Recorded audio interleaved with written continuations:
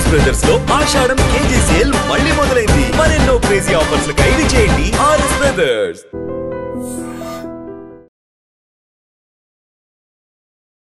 Welcome to iDream's brand new show, Think Again.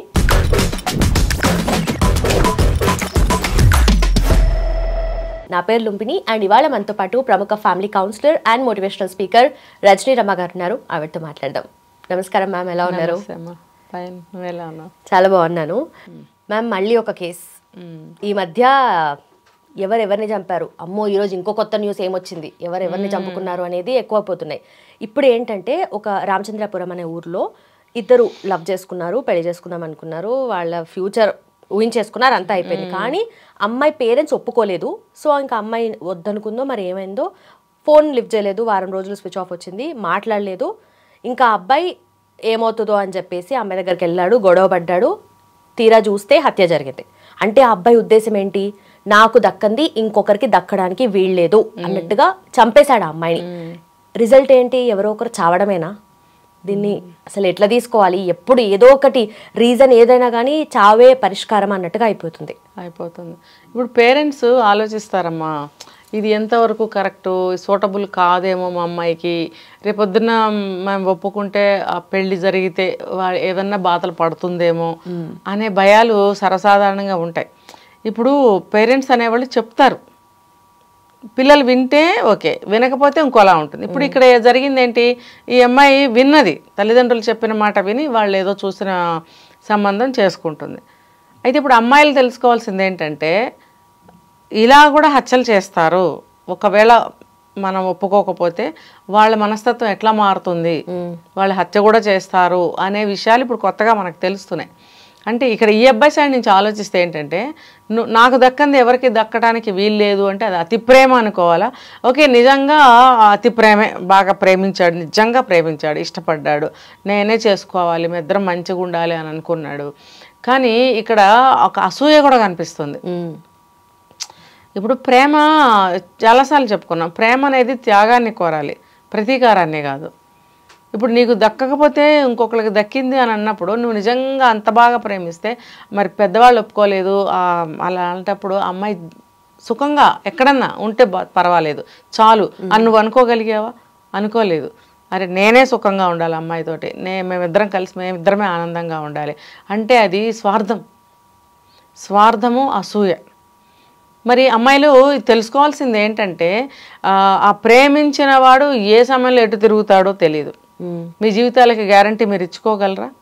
ఇప్పుడు నువ్వున్నావు, ప్రేమించావు, నువ్వంటే నువ్వు కాదు, ఈ కేసులో అమ్మాయి ప్రేమించినప్పుడు నువ్వు మరి చివరిదాకా నడవలేకపోయావు, తల్లిదండ్రులు నీకు ఇది మంచిది కాదమ్మా, నీకు ఏది మంచిదో అది మాకు తెలుసమ్మా, జీవితాలు పాడవుతాయమ్మా అని అన్నప్పుడు తల్లిదండ్రుల మాట వినటం ఒక పక్క నుంచి కరెక్టే.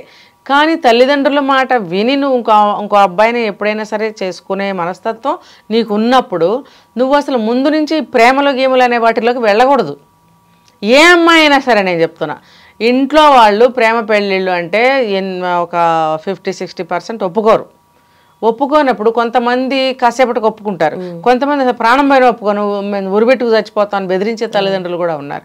అలాంటి తల్లిదండ్రులు ఉన్నప్పుడు నీకు చిన్నప్పటి నుంచే తెలుస్తూ ఉంటుంది నా తల్లిదండ్రుల మనస్తత్వం ఏంటని. అలాంటి తల్లిదండ్రులు అయినప్పుడు నువ్వు ఇలాంటి పనులు చేయనేకూడదు. ఎందుకు, ఇప్పుడు వాళ్ళు నిన్ను ఎలాగోలా కన్విన్స్ చేసి ఇంకో మ్యాచ్కి ఒప్పించారు, నువ్వు ఒప్పేసుకున్నావు, మరి అవతల నీకు మనసిచ్చిన వాడి పరిస్థితి ఏంటి? అక్కడ వాడికి ఎంత కోపం వస్తుంది. ఇప్పుడు ఇందాక నువ్వు ఎమోషనల్ చీటింగ్ అన్నావు కదా, ఇది కూడా అందులోకే వస్తుంది. నన్ను ఇంత నమ్మించి ఇంత దూరం తీసుకొచ్చి నేను ఇంత నీ మీద మనసు పారేసుకుని నువ్వే నా ప్రపంచం అనుకునే స్థితికి నువ్వు నన్ను తీసుకొచ్చి నువ్వు ఇంకోటి పెళ్లి చేసేసుకుంటే నా మానసిక పరిస్థితి ఏంటి? ఇక్కడ నాకు అసూయ రాదా? తర్వాత నేను నీతోనే ఉండాలనుకున్నాను, అది స్వార్థమే అనుకున్నాను అంటే పోనీలే తల్లిదండ్రులు ఒప్పుకోలేదు, ఈ అమ్మాయి ఎక్కడున్నా సుఖంగా ఉంటుంది అనుకునే మనస్తత్వం కాదు అబ్బాయిది. నువ్వు నాకే దక్కాలనే స్వార్థం ఉంది. మరి ఇవన్నీ నువ్వు తెలుసుకుని ప్రేమించావా? కానీ అమ్మాయిలు కూడా ఇప్పుడు కొంతమంది ఏంటంటే ఒప్పుకోకపోతే చంపేస్తున్నారు, కొంతమంది ఒప్పుకుంటే అన్ని ఓకే అయితే పెళ్ళైనాక కూడా చంపేస్తున్నారు. అంటే ఎవరు ఎక్కడ ఎట్లా మౌల్డ్ అవుతారో తెలియని పరిస్థితి. అంటే ఇప్పుడు ఈ రోజు వరకు మంచిగానే ఉన్నాడు, రేపొద్దున మైండ్ సెట్ ఎట్లా చెప్పలేము. ఎందుకు ప్రాణం కన్నా ఎక్కువగా ప్రేమించి ఒక 5-6 ఏళ్ల తర్వాత పెళ్ళైన 5-6 ఏళ్ళకి ఇంకొకరితో అక్రమ సంబంధం పెట్టుకోవట్లేదా? ఏంటంటే అప్పుడున్న మనస్తత్వం అది. ఆలోచన అది అప్పుడు. ఇప్పుడు ఆ మనస్తత్వం లేదు, ఆ ఆలోచన విధానం మారిపోయింది. మనసు మారిపోతుంది, ఆలోచనలు మారిపోతాయి, టేస్టులు మారిపోతాయి. అప్పుడు ఆ ప్రేమించాను కదా నిన్నే పట్టుకుని వెళ్ళాడాలి అనే ఒక భావన ఇప్పుడు వాళ్ళకి ఉండటం లేదు. ఇలాగే చెప్తున్నారు. నాకు అప్పుడు అనిపించింది, ఇప్పుడు లేదు. ఇప్పుడు రీసెంట్గా జరిగిన కేసు చెప్తాను.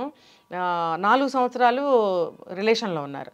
రిలేషన్లో లాంగ్ లీవ్ ఎప్పుడైతే ఉంటారో రిలేషన్లో వాళ్ళు చట్ట ప్రకారంగా వాళ్ళు ఒక రకంగా భార్యాభర్తల కిందే లెక్క. ఓకే. మరి అంత లాంగ్ రిలేషన్షిప్లో ఉన్నప్పుడు ఏం చేశాడు, నువ్వు నాకు ఇంకా వద్దు, నాకు మొహం మొత్తిపోయింది, నువ్వంటే నాకు ఇష్టం లేదు, నీ దారి నువ్వు చూసుకొని నేను నీకు అడ్డం రాను, నువ్వు ఎవరితో ఉంటావో ఉండు, నన్ను వదిలే, నా దారిని నన్ను వదిలే. ఇంకా ఆ అమ్మాయి ఎంతో బతిమలాడుతుంది, ఎంతో ఎంతో ఎంతో ఎంతో బతిమలాడింది, అసలు దారికి రావట్లేదు. ఇప్పుడు నా బ్రతికేంటి, నేను నువ్వు లేనిదే ఉండలేను, నువ్వే నాకు కావాలి, నిన్నే నమ్ముకున్నాను, నువ్వు లేనిదే బ్రతకలేను, ఎంతో చెప్తే కూడా అసలు ఒప్పుకోవట్లేదు. అసలు నువ్వు ఎందుకు ఇలా చేసావు అంటే, నాకు నీ మీద ఇంట్రెస్ట్ పోయింది, నీ మీద నాకు ఎటువంటి కోపం లేదు, నేను నీ మీద కక్ష సాధించడము ఎలాంటివి కూడా నేను ఏమి చేయను, నీ దారి నువ్వు వెళ్ళు, నా దారిని నేను వెళ్తాను, అప్పుడు పెళ్లి చేసుకుందామని అన్నావు కదా అంటే, అప్పుడున్న మనస్తత్వం అది, అప్పుడున్న ఆలోచన అది, అప్పుడున్న మోజు ఇష్టం ఆకర్షణ అది ఇప్పుడు అవి లేవు. నిన్ను చూస్తుంటే నాకు అనిపించటం లేదు. ఎందుకంటే రోజు చూసే ముఖం, రోజు వాడుకునే బాడీ నాకు ఇంకా బోర్ కొట్టేసింది. నాకు ఇంకో చోటకి వెళ్ళాలి, ఇంకొక మనిషితో. అంటే అటువంటి వాడి మనస్తత్వం ఎలా ఉంటుందంటే, నిజంగా పెళ్లి చేసుకున్న ఆ అమ్మాయితో అన్నాళ్ళు సరిగ్గా ఉంటాడో మనకు తెలియదు. కాబట్టి అమ్మాయిలు గ్రహించండి, నేను చెప్పేది ఏంటంటే ప్రేమల జోలికి పోకండి. మీకు ప్రేమించుకున్నాం పెళ్లి చేసుకున్నాం అంటారు, అంటే ప్రేమించుకుని నెక్స్ట్ డెస్టినేషన్ ఏంటి, పెళ్ళి కావాలి కదా, మీకు పెళ్లి చేసుకోవాలనుకుంటున్నారు కదా, ప్రేమించి చేసుకోకండి. మరి అలాంటప్పుడు ఎన్నో మోసాలు జరుగుతున్నాయి. అదేదో మీ తల్లిదండ్రులు చూసిన పెళ్ళే చేసుకోండి. ఎవరైనా మిమ్మల్ని ఆఫర్ ఇచ్చినా లేదంటే ప్రపోజ్ చేసినా మీరు వెళ్ళకండి, ఒప్పుకోకండి. మాకు వద్దు నాయనా, మాకు ఇష్టం లేదని ముందే చెప్పేసేయండి. మరీ ఎక్స్ట్రీమ్ కేసుల్లో ఎందుకు ఒప్పుకోదు అని యాసిడ్లు పోసే కేసులు ఉంటాయి, దానికి మన కర్మ అనుకోవాలి, ఇంకేం లేదు. కానీ మన ఇష్టపూర్వకంగా మనం మాత్రం ముందు స్టెప్ తీసుకోకండి, అది నేను చెప్పేది. ఓకే మ్యామ్, నిజంగా అంటే ఏదేమైనా కూడా ఈ రోజుల్లో ఒక రిలేషన్షిప్ హెల్తీగా మెయింటైన్ చేయాలంటే నిజంగానే ఎంత ఎఫర్ట్స్ పెడతారా అనేది అర్థమవుతుంది. మీ జనరేషన్ వాళ్ళని చూసినప్పుడు నిజంగా అరే అంటే ఎన్నో అప్స్ అండ్ డౌన్స్ ఉంటాయి కదా, బట్ స్టిల్ మీరు ఎండ్ వరకు ఉన్నారంటే నిజంగానే గ్రేట్. అప్పుడు చాలా ఇప్పుడు అనిపిస్తుంది. తెలుసుకోవాలి మరి, పెద్దవాళ్ళని చూసి పిల్లలు ఫాలో అవ్వాలి. కొంతమంది అయినా లైఫ్ని బాగు చేసుకుంటే మేము మా పెద్దరికం కానీ మేము పాటించే విషయాలు కానీ పనికొచ్చాయని మేము అనుకుంటాం. Okay, thank you so much ma'am.